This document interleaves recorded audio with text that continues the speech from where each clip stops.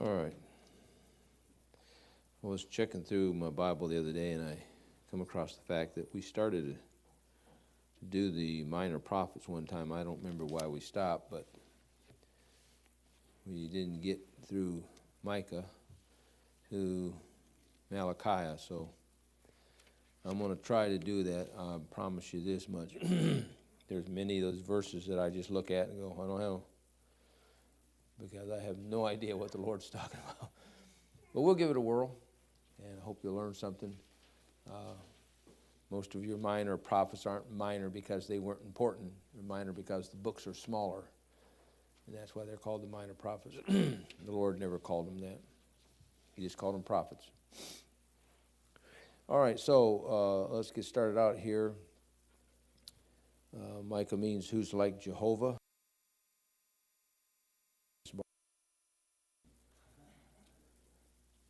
And he prophesied between the year 720 and 680, just before Israel was taken into captivity, by the way. And information that you probably could dig up for yourself, at least the first two. This one here might have been a little problem when you counted the words, and I didn't count the words. I'm just taking somebody else's word for it. And Micah is the sixth of the minor prophets. For the most part, his ministry is to the common people. And I don't recall anywhere in this book where it says what he was. Some people say he was a herdsman. Some people say he was a yeoman. They say a lot of things, but what he was, I don't know. I just know God used him to preach some pretty fiery stuff.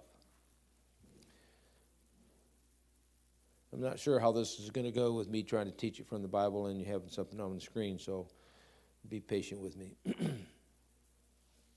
The word of the Lord that came to Micah, the Morashathite, in the days of Jotham, Ahaz, and Hezekiah, which we will look at in a minute here, kings of Judah, which he saw concerning Samaria and Jerusalem.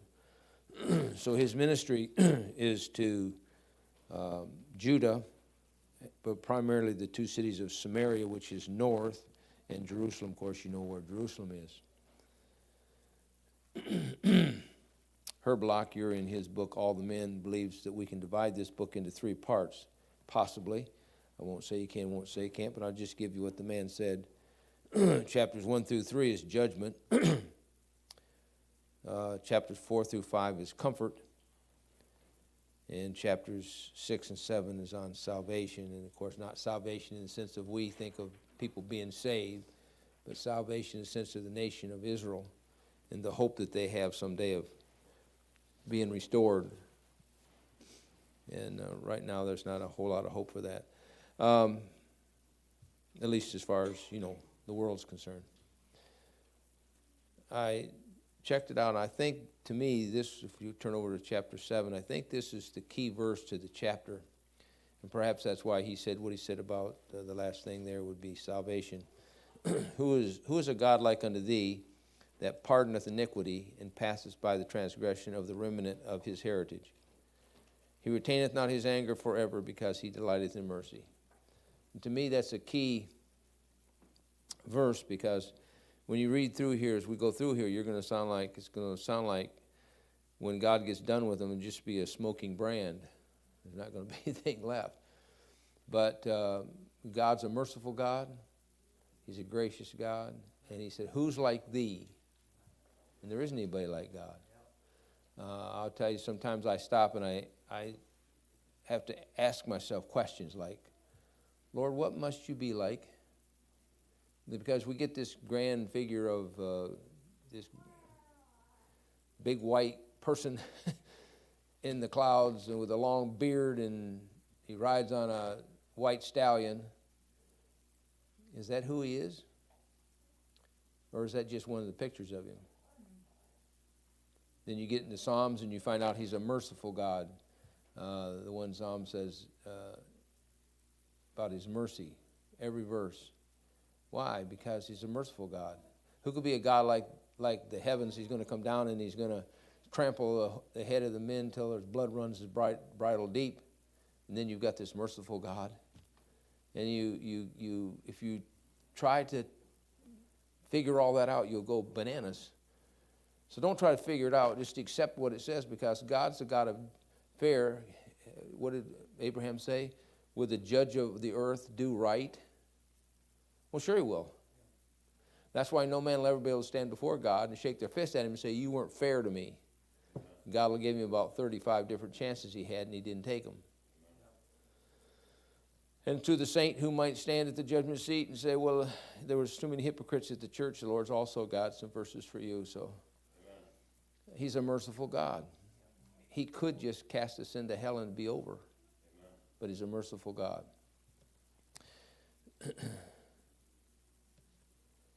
So we've read verse 1, and where he lives is about 20 miles southwest of Jerusalem. And his prophecies, as we see here in the verse, are against Samaria and Jerusalem primarily. But look at verse 2. Hear all ye people, hearken, O earth, and all that therein is. Let the Lord God witness against you, the Lord from his holy temple. So his message while it goes to Samaria, and his message while it goes to Jerusalem, actually covers it all. So what you have here really in this chapter is what we call second advent. Things that are going to happen when Jesus comes back and brings his people back to himself and sets up his kingdom. We're looking at the second advent. We're going to look at how he's going to do that. His prophetic ministry was under the rule of these kings. And I put this in there. He had a taste of the good, the bad, and the ugly. All right. And here was the kings. Jotham, who was a good king, reigned 16 years. Ahaz, who was probably the most wicked next to Manasseh, and he reigned 16 years. But the thing Ahaz didn't do that Manasseh did, if you remember, Manasseh humbled himself and got right, which Ahaz didn't. And then there's Hezekiah, and Hezekiah was considered one of the best kings that Judah ever had. Now remember, there's two kingdoms, right? You have Israel, which is the 10 northern tribes, and then you had Judah and Benjamin, which were the southern tribes. What we're talking about here, when we're talking about Jerusalem and Judea, we're talking about the two kingdoms that were in the south. We're not talking about Israel. Israel didn't hardly have a good king. If you look at the list of kings, they hardly had a good king. Judah had some good kings.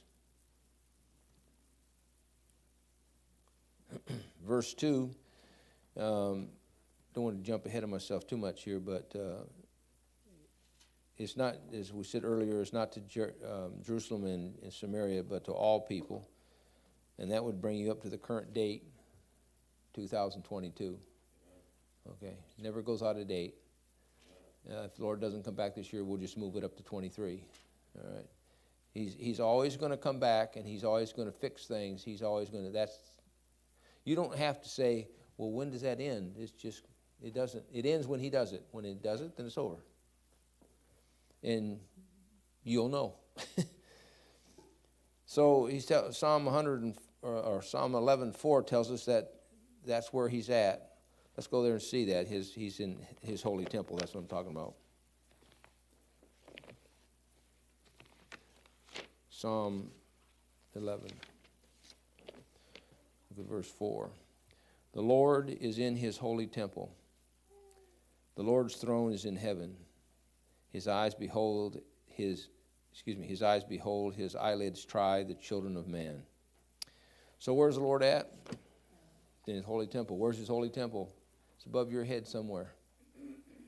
So I didn't think you need a temple. No, you remember, if you read right, you won't need a temple because he is the temple. If the Lord is in his holy temple, does that mean he's in himself?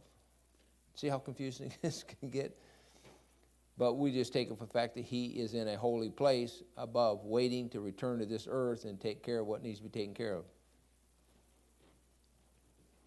He's going to come down, and I think he's going to shake things up according to verse 4. So verse 3 says, for behold, the Lord cometh forth out of his place. So heaven is the dwelling place of the Lord. That's his place.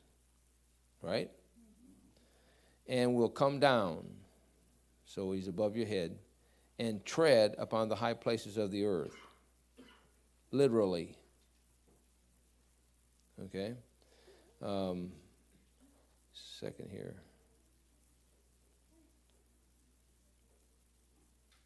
Well, I will get ahead of myself if I go there. Verse 4, and the mountains shall be molten under him. Now, if you read the average commentator, he'll tell you that this is figuratively speaking, not literal, but I hate to tell you they're wrong. I don't have a problem understanding that the Lord can step in molten things.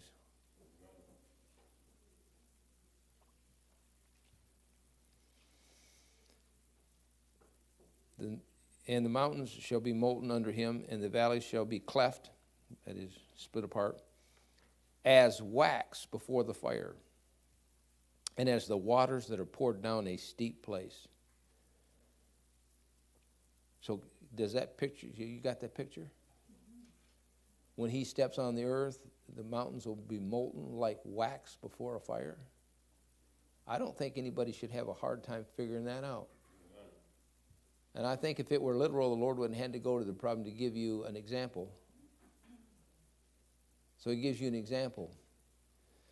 So he says, as waters that are poured down a steep place. So here's what comes to my mind when I think of that. If it's water down a steep place, then it's very fast. So our idea that when the Lord comes back, this is going to be pretty quick. Won't take him 2 or 3 days. We'll give him 5 seconds and see if he can handle it in 5 seconds. So what's this world has waiting for it? We've got electric cars so we don't mess the environment up, which they're going to find out after they run the electric cars. They do mess the environment up. But anyways, whatever. We've got to save all the whales, and we've got to save the porpoises, and we've got to save some catfish somewhere that there's only 2 of them left. And the Lord's just going to come down and step on the earth and turn it into hot wax. Amen. So I guess you get a wax job, I guess. Look at Jeremiah a minute. Jeremiah, chapter 10.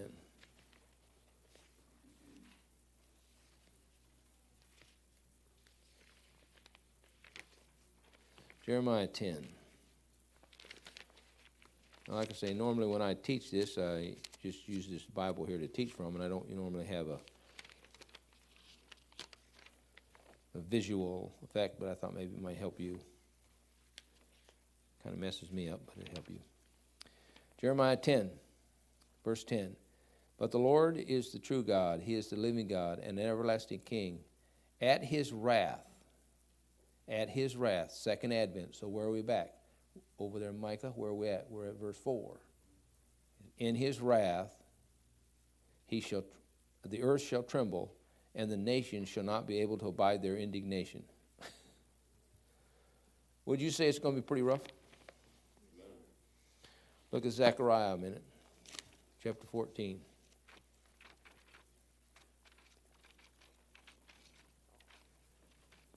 Now, the hard thing sometimes in studying to get a lesson for you is the fact that I can't trust a lot of the commentators. So I have to really dig on my own to get this, because most of them take all this stuff figuratively. You probably don't realize it, but most commentators are not Bible believers. They're Bible correctors. And they correct it upon the fact of what they know. So what does that mean? Like, how big of a fat of a zero do you want me to make? That's where they're at. If you don't believe me, waste your money and buy one of their commentaries and read it and go, what? If I didn't have to buy them, I wouldn't, but I buy them for the simple fact that if I'm going to study and show you the truth, I got to see what in the world the idiots are saying. Amen. All right, Zechariah 14. Look at verse 4, talking about the Lord, verse 3. And his feet, watch this now, shall stand in that day upon the Mount of Olives, which is before Jerusalem, on the east, and the Mount of Olives shall cleave in the midst thereof toward the east and toward the west, and there shall be a very great valley. And half of the mountain shall move toward the north, and half toward the south. And ye shall flee to the valley of the mountains, for the valley of the mountains shall reach into Azel, and ye go forth there. So what he's saying, I'm just showing you when the Lord steps on the mountain, when the Lord steps down on this earth, things are going to happen. You know, I've never been to Israel, but if you've ever been to Israel, you've ever seen Mount Olives, that's going to split, east and west. A big valley down the back. If you told that to the world, they'd laugh you out of your socks. Why? Because they don't believe there's a God big enough to do that. So, and let's turn to Revelation 6. We'll just get in one more here. There's more, but I'll just get this one more in here. So we're looking at the second advent. We're looking at one of the things that's going to take place during the advent. When the Lord steps on this earth, things are going to change. And you got to realize the Lord's going to change all this to set up his kingdom. Then he's going to destroy everything. Give us a new heaven and a new earth, new place to live. And I think at that point, my feelings in the study I've made of it, my point at that point is the point where all the things that we remember, the things are gone. I think up until that point, because of the judgment, the Lord's got a lot of things he's got to deal with. And I think there'll be a lot of weeping.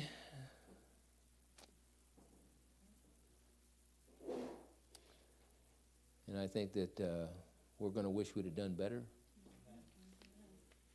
Revelation 6, verse 14. And the heavens departed as a scroll when it is rolled together, and some of the mountains. Oh, every mountain? Oh, okay. And the islands were moved out of their what? Won't that upset the world? Greenpeace will be running all over the world trying to figure this thing out. So those are selected verses. I wanted to just give you some verses to kind of go along with this one here in Micah, letting you see that when the Lord comes down here, he came the first time as a baby, and he came the first time to reach the lost, and his people rejected him. When he comes the next time, he's not coming to save the world. He's coming to judge the world. And he's coming again, and when he comes back, one man said, and boy, is he mad. So if you read Revelation 19, you get the point. So Micah is trying to, I'm going to say that probably a dozen times before this is over. His spelling is not that far off. And before it's all over here, this prophet's going to tell you about how that last days are going to go. And as a matter of fact, we get down here, we're going to find out in what direction it goes. All right, let's go to verse 5, I believe will be next. So we learn real quick that the transgression of Jacob, which is Israel, remember his name was changed, is the cause of all of this. So what's happening is a result of what Israel wouldn't do when the Lord told him to do it, and did when the Lord told him not to. So verse 5 says, for the transgression of Jacob in all this, and for the sins of the house of Israel. So that's the 10 northern tribes, right? So all the nation of Israel is included here. What is the transgression of Jacob? Is it not Samaria? And what are the high places of Judah? Are they not Jerusalem? All right, 1 Kings 11. So God said he would bless them if they obeyed him and curse them if they did not. And we're going to look at that here in just a minute. And they ended up in 400 years of bondage. And you would have thought, wouldn't they come out of that 400 years of bondage and the Lord freed them and gave them a place? You'd think, would you not, that they would went, well, praise the Lord, let's obey the Lord. All right, to 1 Kings 11, did I tell you that chapter? All right, look at verse 7. Then did Solomon build a high place? No. For Chemosh,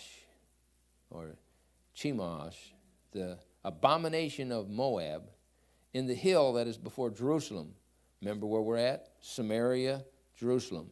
And from Moloch, the abomination of the children of Ammon, And likewise did he for all his strange wives and so forth and so on. So we're trying to show you. He says for Samaria that is the high places of Judah. So look at chapter 12, same book, 1 Kings, chapter 12.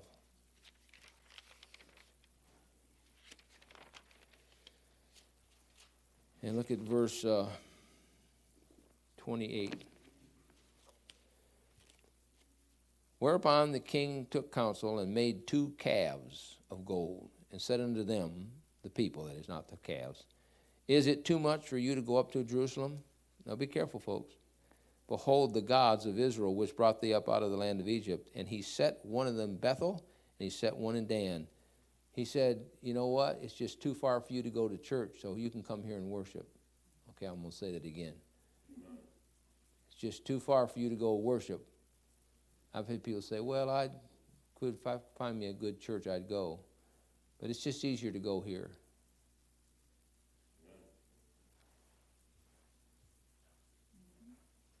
If you want to figure it out, read it again. He said, it's too far for you to go to Jerusalem. Here, there's one here at Bethel. There's one here at Dan. Whichever you're closer to, you can go to one of those. And it did. And those calves and those high places became the ruination of the nation of Israel. They gave themselves over to the gods of the Egyptians, which they left Egypt and got away from that. Now they wanted it all back. Because there's a certain pull to this world. When you get saved, I don't care. When you get saved, it doesn't stop. As a matter of fact, it grows stronger. And there's a certain pull for you to, after a while you go, well, maybe that's not as important as I'm making it important. I mean, after all, the other people aren't. Well, don't judge what you do or don't do by what the other people do. Judge it by what God says about it. All right, let's go to Deuteronomy 28. We'll just look at this real quick here.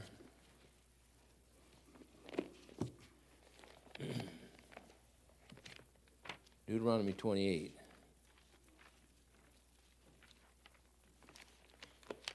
Well, Deuteronomy, I don't know if that's in my Bible or not.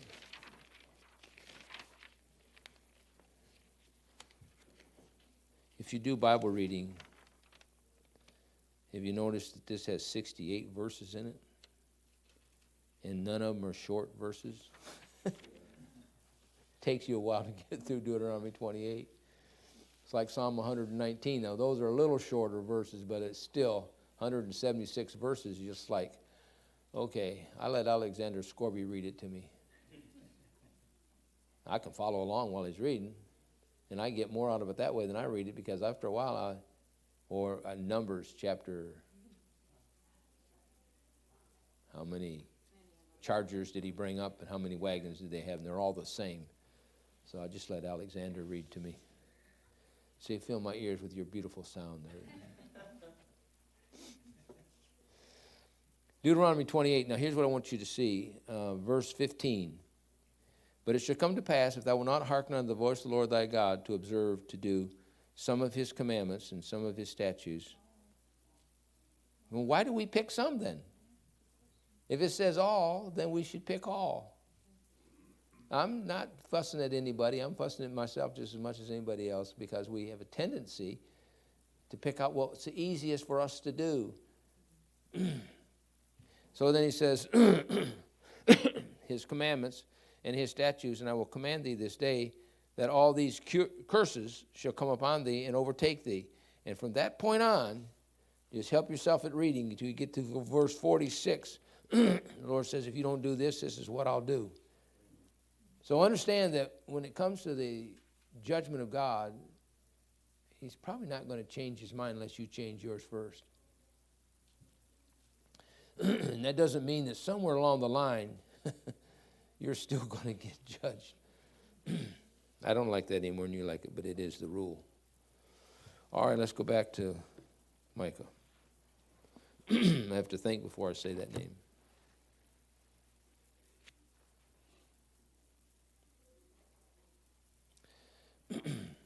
We're still on verse 5. For the transgressions of Jacob is all this, and for the sins of the house of Israel. Now notice that term, for the transgressions of Jacob. And in this book, I think there's 7 of them that he deals with the particular transgressions like fornication, stealing property, false prophets, and so forth and so on. As we come to each one of those, we will, oh, look, here's a man who's tired of my, thank you, brother. I got anything in it? Holy water, vinegar. Whoa. Actually, vinegar would probably be the right thing to take right now. For the transgressions of Jacob is all this, and for the sins of the house of Israel. So the transgressions, and we're going to talk about those as we go through. I'm not going to get ahead of myself and go and list them all out for you now. But we're going to run into one here when we get about 2 verses, okay? And you're going to be shocked at it when I give it to you. As a matter of fact, I was shocked when I learned it. As a matter of fact, I was so shocked, I looked it up on the internet to be sure, and I looked at several different sites. It is true, and I'll show you. All right. That's coming next week, same time, same place. Join us. Got to leave you something drawback. All right. So he says, what is the transgression of Jacob? It is not Samaria. And what are the high places of Judah? Are they not Jerusalem? So the high places, along with the calves at Bethel and Dan, were no doubt brought Israel to the place of forsaking God and his word. And can I say, just as a thought as we go through here, the idols that you put up in your life and the high places that you attend for yourself will draw you away from God. There's nothing in this flesh that's any good. My flesh is just as bad as your flesh, and we have a tendency sometimes to attach ourselves to certain things, and sometimes they become excuses, and they draw us away from God. I don't know if you understand this or not, but your whole life as a Christian, you're being tested and tried to see what you will do. The devil will not leave you alone. There's no point in your life where you can say, well, I've been saved 35 years, the devil's not going to bother me.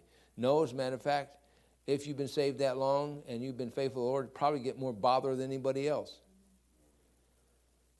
So understand that what brought Israel to this point, Micah is preaching about it. And he's not going to be nice when he gets done here. He's going to be right to the point. And it might end up like Amos, look, don't preach to us anymore. Take your message and go somewhere else.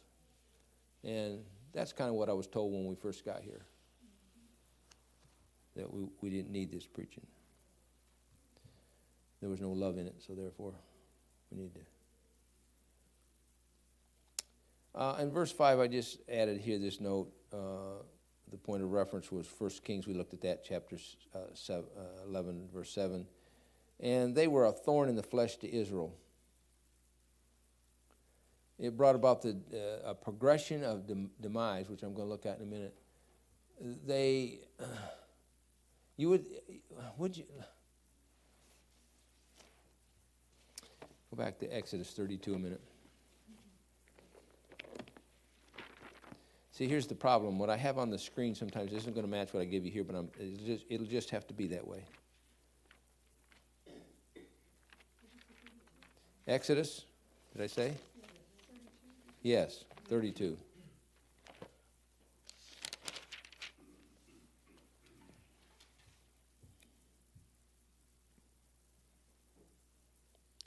Okay. Oh, verse 17. And when Joshua heard the noise of the people as they shouted, he said unto Moses, there is a noise of war in the camp.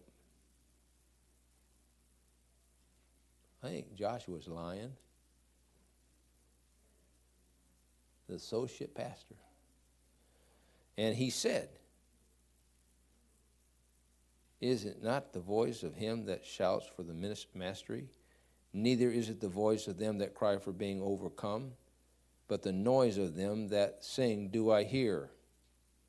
That's Moses answering back. And he said, and it came to pass as soon as he came nigh unto the camp, that he saw the what? And what were they doing?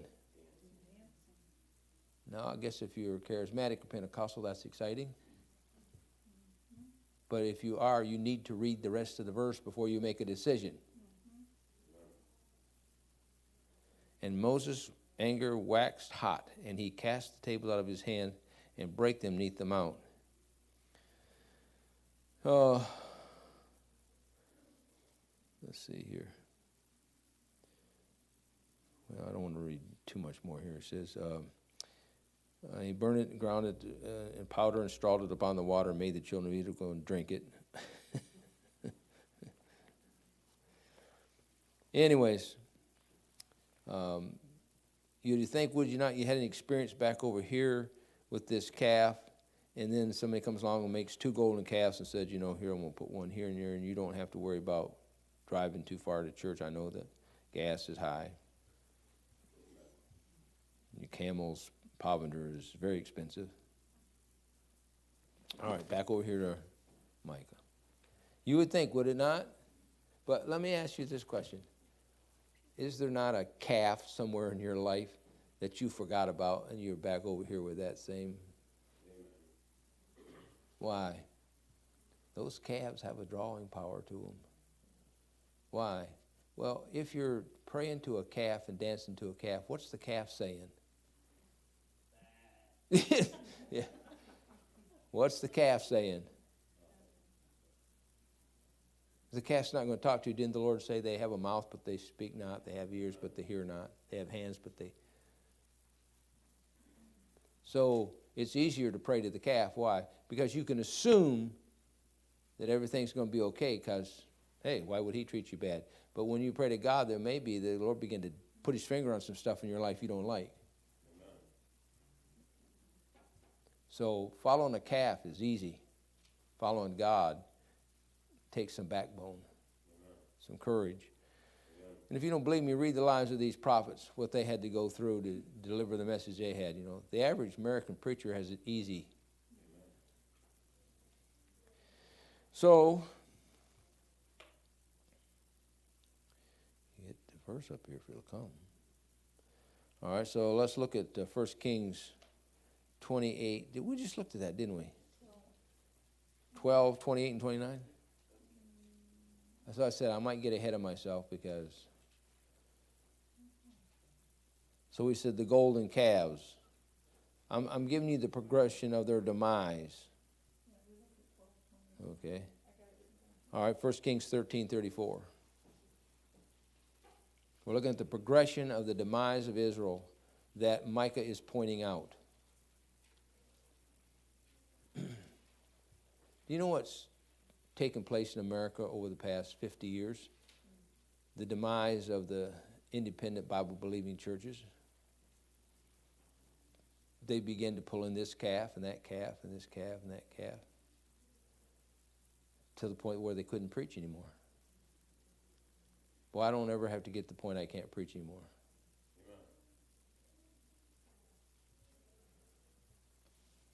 See, what do you mean by that? Well, the fact is they preached certain things and then they gave in to those things along the way, and now they can't preach about them because they're right there.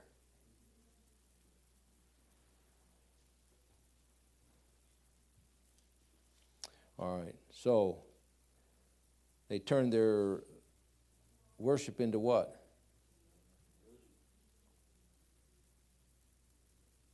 Religion. What they became was religious.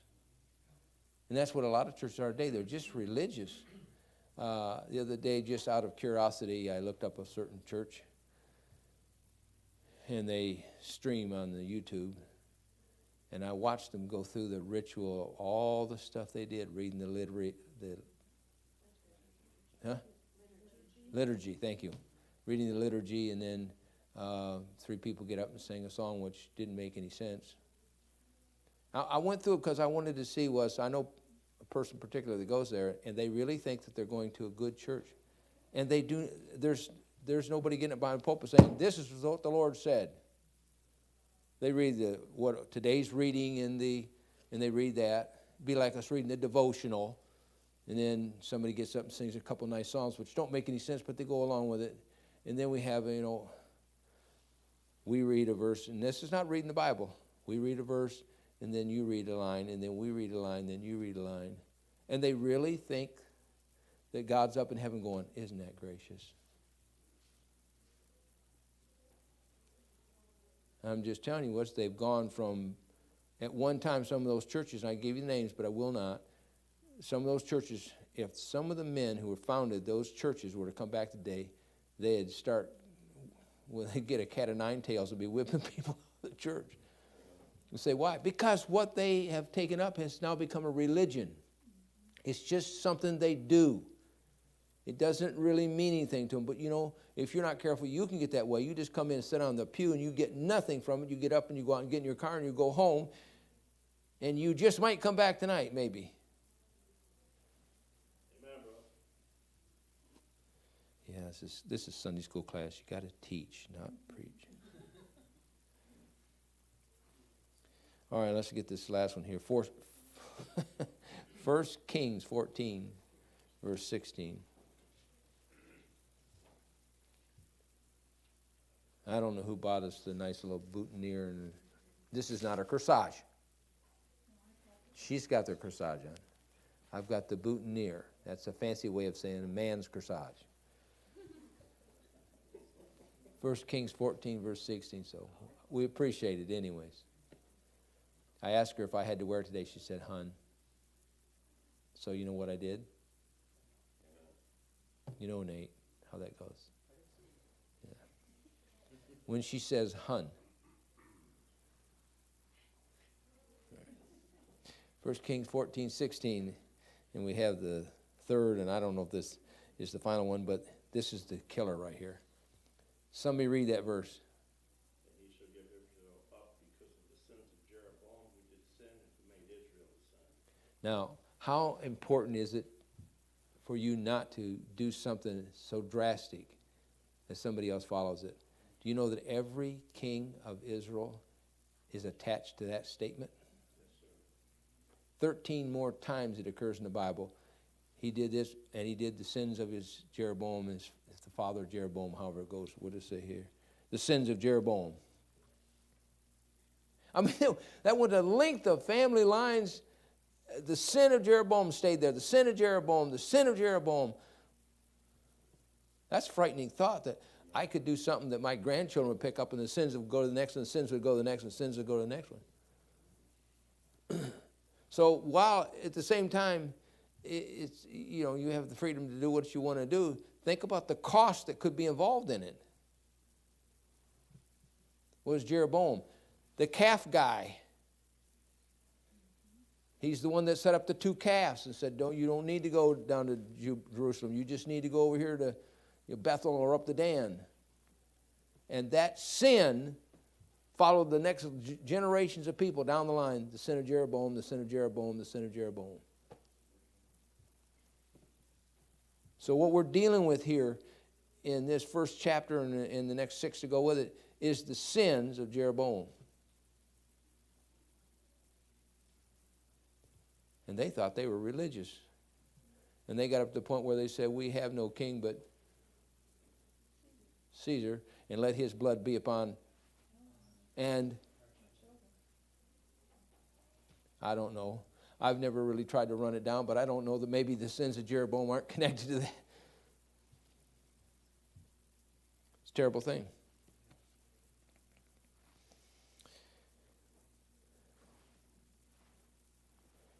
All right, verse 6. Therefore I will make Samaria as a heap of the field and as a planting of a vineyard. So basically what he's saying is, I'm going to go to Samaria and I'm going to flatten the place out and make it rolling hills, and we're going to plant some grapes there. That's the best I can get out of it. If you can get something else out of it, I'd appreciate it, but that's the best I can get out of it. God's going to flatten and roll out the hills of Samaria, and it'll become a place to grow grapes. Verse 7a. And here's the first one of the sins that we talked about. All right, this is called the sin of idolatry.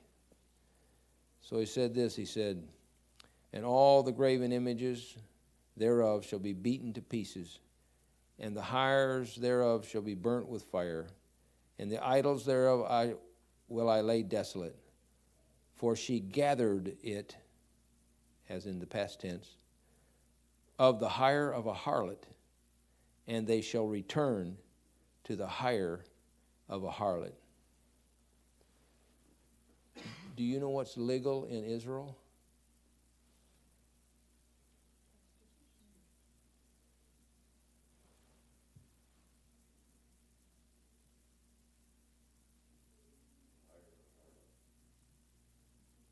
Israel is a land in which prostitution is legal. Now, they don't permit pimping and they don't permit brothels, but any woman can stand on the street corner and sell herself out. In Israel. Say, what happened? The sins of Jeroboam. If you don't know what was connected to most worship in Israel, you need to read the book of Ezekiel and see what was connected to it, and what you find is connected to it is sex.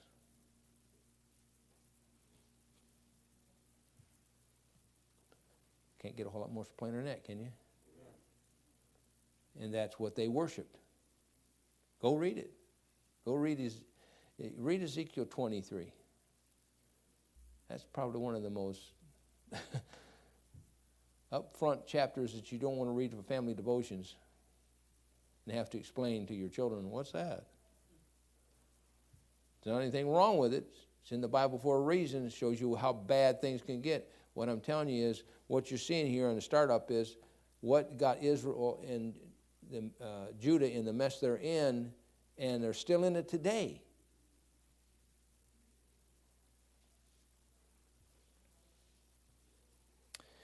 So what you have is federalized sex. That is, it's permitted by the federal government. You know what you have in this country? I don't know if you know this or not, but public school, public education, they have federalized sex. You can teach it. Matter of fact, in some schools they give examples. Because all of our children, if she's 4 years old, she needs to know.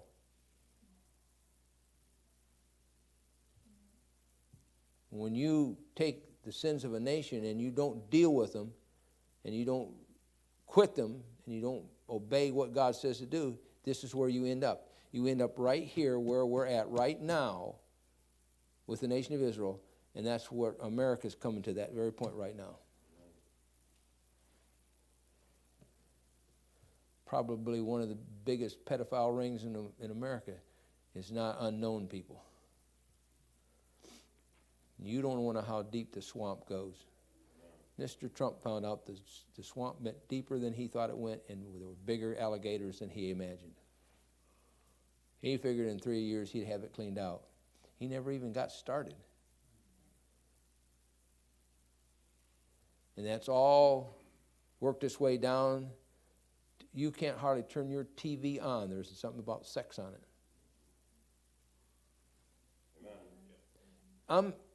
You don't have to watch the programs. All you have to do is get a commercial. I won't even go into that. But I see those commercials sometimes, and I say, poor girls, they don't have any privacy whatsoever in their life. It is all gone. There is none.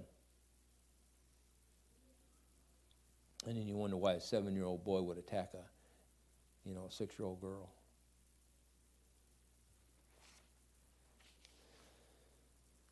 Nasty stuff.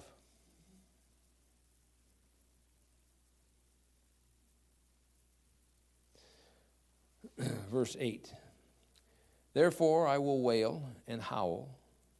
And I'm going to be honest with you. When I read that verse, and I've read something before on this, I think to myself, really? I mean, he literally wailed and howled? That's what it said. I guess he is so distraught by what he has to say and what he has to do. It brought him to that point. He said, I will wail and howl. I will go stripped and naked. That's pretty drastic. I don't care what you say, that's pretty drastic. Now, here's what I'm going to do. I'm going to show you something, because there's this big argument about some of the brethren, does it really mean they were naked? No, they had a loincloth on. They wouldn't just be naked. All right? I'm going to let the Bible decide for you what it is. Okay? You ready for this? Because this is going to be revealing to some people. I don't think I was supposed to say that way. It's a G-rated Sunday school class, don't worry. So, does nakedness always speak of literal removal of all clothing? Okay, so let's look at that. Just common sense, okay? I'll give you 3 verses, and then Sunday school class will be over, and you can go. Whew. All right, Job 24.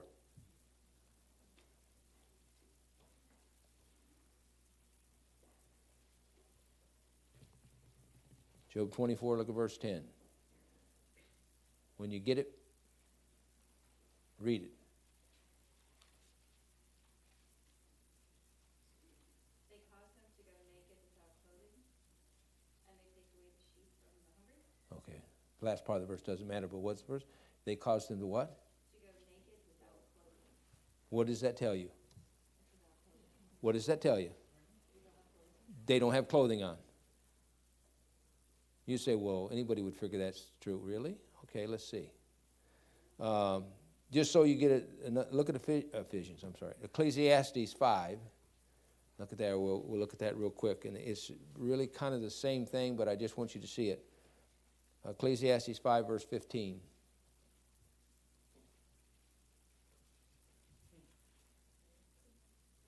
You got that, Joe? As he came forth of his mother's womb, naked shall he return to go as he came. Okay. Now, here's the question. Here's the question. Listen to me careful. Listen to me careful. When I came into this world, surprise to some of you, when I came into this world, I had a full 3-piece suit on.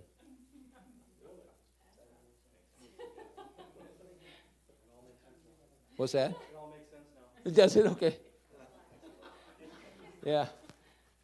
I came out going, and God said. When I was born just like you were. I came out. When I die and I go back, where am I going? What am I going to look like? I mean, how do they normally do me?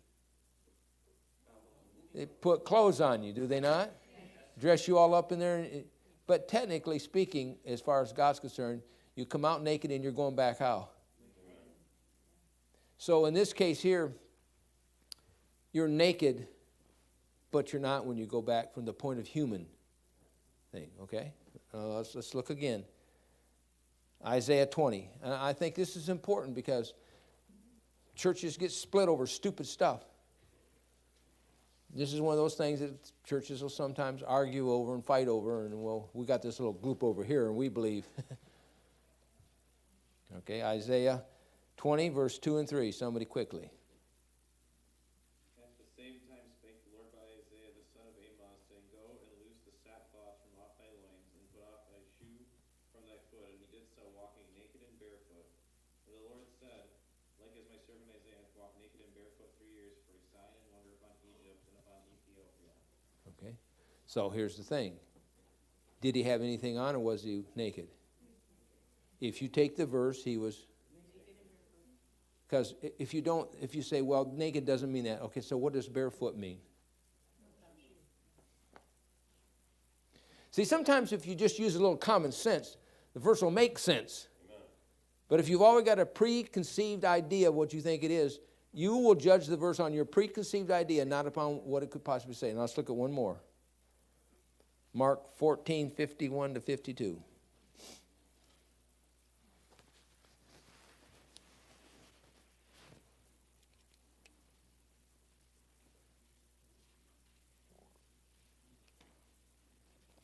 Somebody read it when they get it, please. There followed him a certain young man, having a linen cloth cast about his naked body. And the young men laid hold on him. And he left the linen cloth and fled from them naked. Okay, now, does that really need any interpretation? He had a what? Linen cloth over his, but they grabbed it and he ran away with what? No. I could give you some more, but I don't have time to do it. I'm just trying to tell you is if you read the verse and read the context and read what it is, you don't have a hard time figuring it out. And if it doesn't, then don't make the verse say something it doesn't say or mean what you want it to mean. Just leave it alone. Amen. I mean, we could talk about Peter's coat. Did he have it on or did he not? When the verse says he put the coat